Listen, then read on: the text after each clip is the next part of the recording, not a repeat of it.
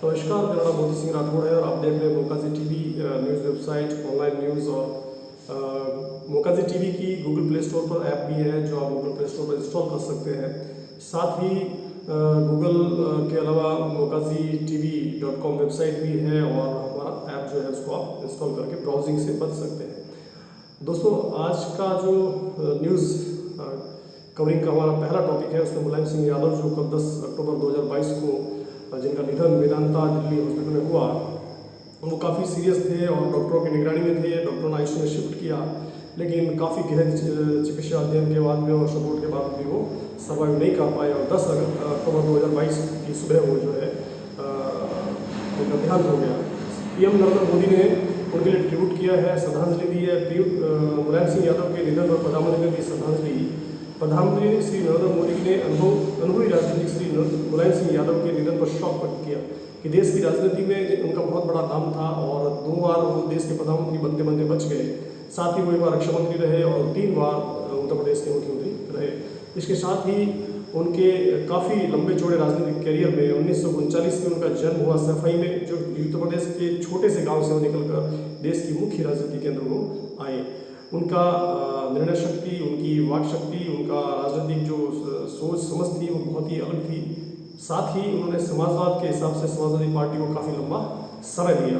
उनके बेटे अखिलेश यादव और उनके भाई शिवपाल यादव और गोपाल यादव, काफ़ी पार्टी के बड़े कद्दावर नेताओं ने बहुत गहरा शोक व्यक्त किया और समाजवादी पार्टी में एक शोक की लहर व्याप्त है। संपूर्ण देश और दुनिया से मुलायम सिंह यादव के लिए काफ़ी ज़्यादा श्रद्धांजलि जो है अर्पित की जा रही है। साथ ही मुलायम सिंह यादव जो है वो काफ़ी चर्चित चेहरा उत्तर प्रदेश की राजनीति में रहा। उसके साथ ही प्रधानमंत्री ने टिप्पणी की कि श्री यादव ने लगन से लोगों की सेवा की और लोकनायक जेपी और डॉक्टर लोहिया के आदर्शों को लोकप्रिय बनाने के लिए अपना जीवन समर्पित कर दिया। उनकी नौकरी भी लगी थी और वो सरकारी नौकरी में भी लग चुके थे कॉलेज में, लेकिन उस समय डॉक्टर लोहिया और लोकनायक जेपी और लोहिया के आदर्श और बहुत बड़े राजनीतिक उठापटक के बीच उनका जो है उनके साथ संपर्क हुआ। श्री मोदी ने उस समय को याद किया जब श्री यादव रक्षा मंत्री थे और उन्होंने एक मजबूत भारत के लिए काम किया था। श्री यादव के साथ अपने घनिष्ठ संबंधों को याद करते हुए प्रधानमंत्री ने कहा कि वे हमेशा उनके विचार सुनने के लिए उत्सुक रहते थे और उनकी बैठकों की तस्वीरें भी साझा करते थे। प्रधानमंत्री ने श्री यादव के निधन पर गहरा दुख व्यक्त किया। ट्वीट्स की श्रृंखला में प्रधानमंत्री ने ट्वीट किया, श्री मुलायम सिंह यादव जी एक उल्लेखनीय व्यक्तित्व के धनी थे। उन्हें एक विनम्र और जमीन से जुड़े नेता के रूप में व्यापक रूप से सराहा गया, जो लोगों की समस्याओं के प्रति संवेदनशील थे। उन्होंने लगन से लोगों की सेवा की और लोकनायक जेपी और डॉक्टर लोहिया के आदर्शों को लोकप्रिय बनाने के लिए अपना जीवन समर्पित कर दिया। मुलायम सिंह यादव ने यूपी और राष्ट्रीय राजनीति में खुद को प्रतिष्ठित किया। वह आपातकाल के दौरान लोकतंत्र के लिए एक प्रमुख सैनिक थे। रक्षा मंत्री के रूप में उन्होंने एक मजबूत भारत के लिए काम किया। उनके संसदीय हिस्से व्यवहारिक थे और राष्ट्रीय हित को आगे बढ़ाने पर जोर देते थे। जब हमने अपने अपने राज्यों के मुख्यमंत्रियों के रूप में कार्य किया तो मुलायम सिंह यादव जी के साथ मेरी कई बार बातचीत हुई और घनिष्ठता जारी रही और मैं हमेशा उनके विचारों को सुनने के लिए उत्सुक था। उनका निधन मुझे पीड़ा देता है। उनके परिवार और लाखों समर्थकों के प्रति संवेदना और शांति की मैं जो है घोषणा करता हूँ। एक व्यक्ति जो छोटी सी राजनीति में आता है, छोटा बचपन से शुरू होकर हर व्यक्ति का एक कार्य क्षेत्र होता है। हर व्यक्ति अपने धीरे धीरे एक चरणबद्ध जीवन से कहाँ पहुँचता है, यह उसके व्यक्तित्व के विकास की कहानी होती है। साथ ही अगर हम विशेष बात करें और विशेषता के साथ बात करें तो हम पाएंगे कि मुलायम सिंह का चेहरा कोई छोटा मोटा चेहरा नहीं था। वह जहाँ पर जिस दिशा में घूमते थे वह राजनीति का ध्रुवीकरण होता था और इसी के साथ प्रधानमंत्री ने जो है बहुत अच्छी उनकी जो है श्रद्धांजलि के साथ उनको सहा। उसके बाद में दूसरी जो हमारी मुख्य न्यूज़ है इसमें और मुख्य खबर है जिसको काफ़ी बड़ी जगह मिली है और जिसको काफ़ी ज़्यादा सराहा भी गया है, उसको भी हम जो है आगे देख लेते हैं कि कैसे उसके ऊपर क्या क्या हम जो है जान सकते हैं। महिलाओं के ऊपर है और जो मिनिस्ट्री ऑफ लेडीज़ महिला और टूरिज्म के ऊपर है कि किस प्रकार से जो महिला है उसका विकास होना आज के समय में और इस समय में जो है ज़रूरी है और कैसे महिलाओं का अधिकार जो है वो परिपूर्ण होने के लिए कैसे महिलाओं को आगे आना चाहिए और कि महिला जो है वो हमारे विश्व और हमारे राष्ट्रीय राज्य और किसी भी घर की जो है गरिमा होती है। महिला एवं बाल विकास मंत्रालय MWCD कल लड़कियों के लिए गैर पारंपरिक आजीविका में कौशल पर राष्ट्रीय सम्मेलन बेटियां बने कुशल का आयोजन जो है करेगा। यानी आज उसका आयोजन है 11 अक्टूबर को। महिला और बाल विकास मंत्रालय MWCD अंतर्राष्ट्रीय बाल बालिका दिवस के अवसर पर बेटी बचाओ और बेटी पढ़ाओ के बैनर तले लड़कियों के लिए गैर पारंपरिक आजीविका NTL में कौशल पर राष्ट्रीय सम्मेलन बेटियां बने कौशल का आयोजन करेगा। 11 अक्टूबर 2022 सम्मेलन मंत्रालयों और विभागों के बीच अभिसरण पर जोर देगा ताकि ये सुनिश्चित किया जा सके कि लड़कियां अपने कौशल का निर्माण करें और विज्ञान, प्रौद्योगिकी, इंजीनियरिंग और गणित STEM सहित विविध व्यवसायों में कार्यबल में प्रवेश करें। जहां लड़कियां ऐतिहासिक रूप से रही है प्रतिनिधित्व किया है। इस कार्यक्रम में युवा लड़कियों की कार्यबल में उनकी बढ़ी हुई सम्मान और अधिकार प्राप्त भागीदारी के लिए कौशल विकास और उद्यमता मंत्रालय MSDE और अल्पसंख्यक मामलों के मंत्रालय के साथ समझौता ज्ञापनों पर हस्ताक्षर किए जाएंगे। इस अवसर पर मिशन शक्ति निर्देशों के अनुसार किए गए प्रयत्नों के परिणाम स्वरूप योजना के कार्यान्वयन के लिए राज्यों जिलों के मार्गदर्शन के लिए BBBP परिचालन मैनुअल भी लॉन्च किया जाएगा। राष्ट्रीय व्यापी दर्शकों के लिए बेटियां बने कुशल कार्यक्रम का सीधा प्रसारण YouTube, जो कि ministry of women and children development government of India जो है उसका है चैनल है www.youtube.com/c/Ministry of Women Children Development Government of India किया जाएगा। एक चैनल शुरू किया जाएगा। MWCD खेल विभाग अल्पसंख्यक मामलों के मंत्रालय के प्रतिनिधियों के भाग लेने की उम्मीद है कि शिक्षा के साथ साथ वैधानिक निकाय जैसे कि राष्ट्रीय बाल अधिकार संरक्षण परिषद पूरे भारत की लड़कियां और युवतियां इस कार्यक्रम में उदाहरण पेश करेगी। घटना के अन्य मुख्य आकर्षण में शामिल है केंद्रीय महिला एवं बाल विकास मंत्री सुश्री स्मृति जुबैन ईरानी और पूरे भारत में NTL में अपनी पहचान बनाने वाली किशोर लड़कियों के एक समूह के बीच एक स्वाद मंत्र BBBP संचालन मैनुअल का शुभारंभ, जो अभिसरण के लिए परिचालन दिशा निर्देश और रास्ते बताता है।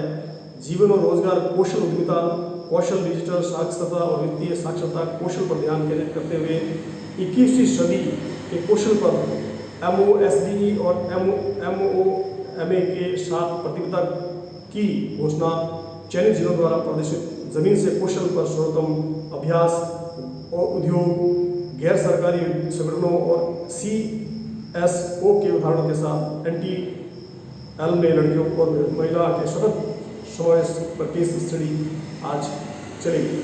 उसके साथ ही आज जो है एक विशेष उसके बाद में आगे आपका देखिए कि मेंटल हेल्थ जो है उसका राष्ट्रीय अधिवेशन जो है, राष्ट्रीय प्रोग्राम जो है वो इस समय पूरे बहुत बड़े लेवल पे जो है उसको शुरू किया गया।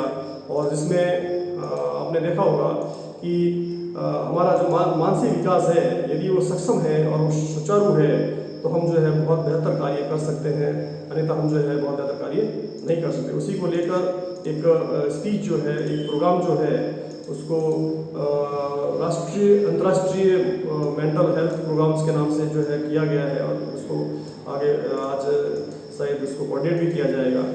तो उसके लिए आपने जैसे मैं अभी जो बात कह रहा हूँ उसके ऊपर विश्व मानसिक स्वास्थ्य जो है, विश्व मानसिक मतलब जो है राष्ट्रीय और अंतर्राष्ट्रीय के साथ साथ इंटरनेशनल बाउंड्रीज के ऊपर जो प्रोग्राम चल रहा है उसको भी हम किस प्रकार से देख सकते हैं।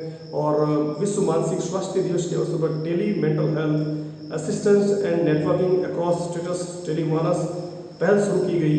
विश्व मानसिक स्वास्थ्य दिवस के अवसर पर मानसिक स्वास्थ्य के क्षेत्र में एक नया मील का पत्थर स्थापित करते हुए केंद्रीय स्वास्थ्य परिवार कल्याण मंत्रालय की tele mental health assistance and networking across states TeleMANAS पहल आज वस्तुश्री द्वारा की जाएगी। थावरचंद गहलोत कर्नाटक के माननीय राज्यपाल, National Institute of Mental Health and Neurosciences NIMHANS Bangalore में डॉक्टर के सुधाकर स्वास्थ्य और परिवार कल्याण और चिकित्सा मंत्री कर्नाटक और उपाध्यक्ष की उपस्थिति में निहांस होगा। उसके साथ ही आज जो है स्टूडेंट शोकेस एक योजना है। स्टूडेंट शोकेस के अंदर जो है किस प्रकार से आप इसमें दिखाया गया है, आप कुछ समझ सकते हैं कि स्टूडेंट जो है उसका जैसे एसडीजी का स्थानीयकरण करने में छात्र अपनी स्थानिक सोच का प्रदर्शन करते हैं। देश भर के 18 स्कूलों के छात्रों ने विरासत की रक्षा, मिट्टी की उर्वरता, फसल विविधता, स्वच्छ शहर, जल प्रबंधन, महिला सशक्तिकरण, अपशिष्ट प्रबंधन, डिजिटल इंडिया, स्वच्छ ऊर्जा जैसी स्थानीय चुनौतियों का समाधान करने के लिए भू संस्थानिक प्रौद्योगिकी का विकास कैसे एम्बेड किया जा सकता है, इस पर नए विचार प्रस्तुत किए। साथ ही जलवायु परिवर्तन और इसी तरह सतत विकास लक्ष्यों एसडीजी को प्राप्त करने के लिए भारत भर के 18 शहरी और ग्रामीण स्कूलों की टीमों ने स्थानीय मुद्दों को समझने में भू स्थानिक सूचना और प्रौद्योगिकी के उपयोग और दूसरे यूनाइटेड के जनरेशन जेड और अल्फा के साथ वैश्विक गांवों को भू सक्षम करने नामक एक विशेष कार्यक्रम में आयोजन बनाने और लागू करने में इसके उपयोग का प्रदर्शन किया है। राष्ट्रीय विश्व भू स्थानिक सूचना कांग्रेस आज UNWGIC खेतों में रासायनिक उर्वरक के उपयोग के साथ साथ उनके उत्पादन के साथ साथ जैविक उर्वरक के उपयोग के खिलाफ उनके उत्पादन के मानचित्रण के प्रयासों को प्रदर्शित किया गया। छात्रों ने समय के साथ ग्रामीण जैव विविधता के नुकसान के मानचित्रण की पहल के साथ साथ स्थानीय पुनः प्रयोज्य उत्पादों की मैपिंग को प्रभावी ढंग से स्रोत बनाने और उनके उपयोगों को बढ़ाने के लिए भी प्रकाश डाला। युवा टीमों ने शून्य भूख, लैंगिक समानता, अच्छे काम और आर्थिक विकास, स्थायी शहरों और समुदायों में जिम्मेदार खपत और उत्पादन, जलवायु कार्रवाई और भूमि पर जीवन के एसडीजी पर ध्यान केंद्रित किया। घटना भू स्थानिक सोच के माध्यम से एसडीजी के क्रियान्वयन को स्थानीय बनाने का रास्ता दिखा सकती है। संयुक्त राष्ट्र सांख्यिकी प्रभाग के निदेशक स्टीफन साइमन फेस्ट ने अपने संबोधन में कहा कि एसडीजी सिर्फ एक दस्तावेज नहीं है, बल्कि यह एक दूसरे के साथ जुड़ने, एक साथ काम करने और बेहतर दुनिया के लिए समाधान लाने के लिए उचित कार्य योजना है।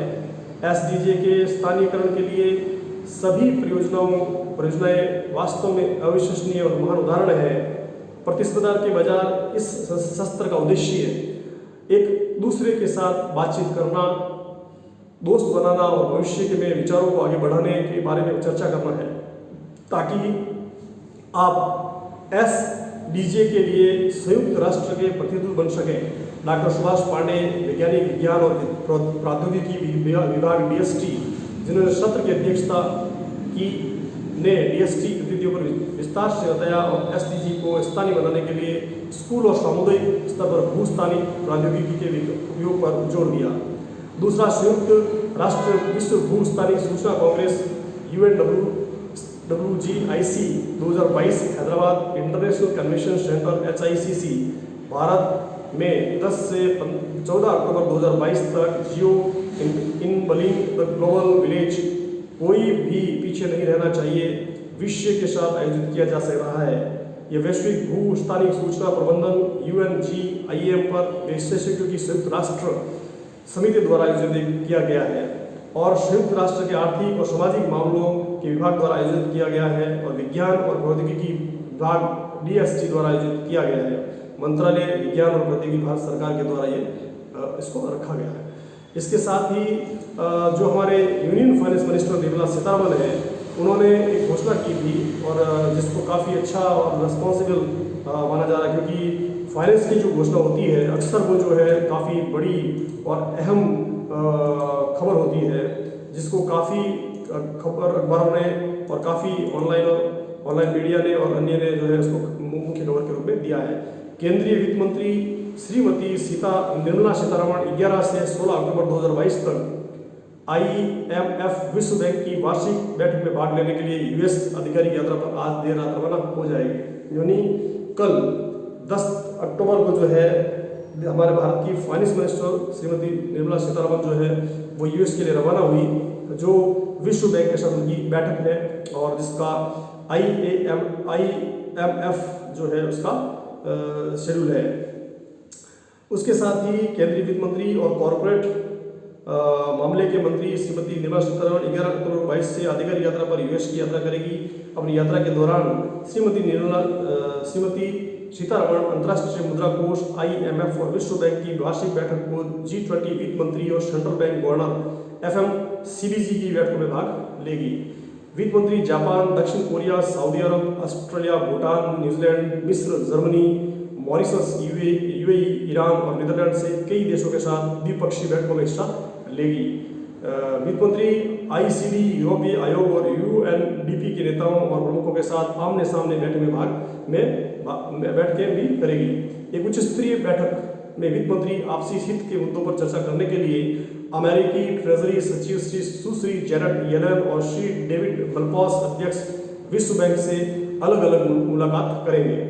केंद्रीय वित्त मंत्री श्रीमती निर्मला सीतारमण वाशिंगटन डीसी में स्थित एक प्रमुख गैर लाभकारी सार्वजनिक नीति संगठन ब्रुकिंग्स इंस्टीट्यूशंस में भारतीय आर्थिक संभावनाएं और विश्व अर्थव्यवस्था में भूमिका पर एक फायरसाइड चैट में भी भाग लेगी।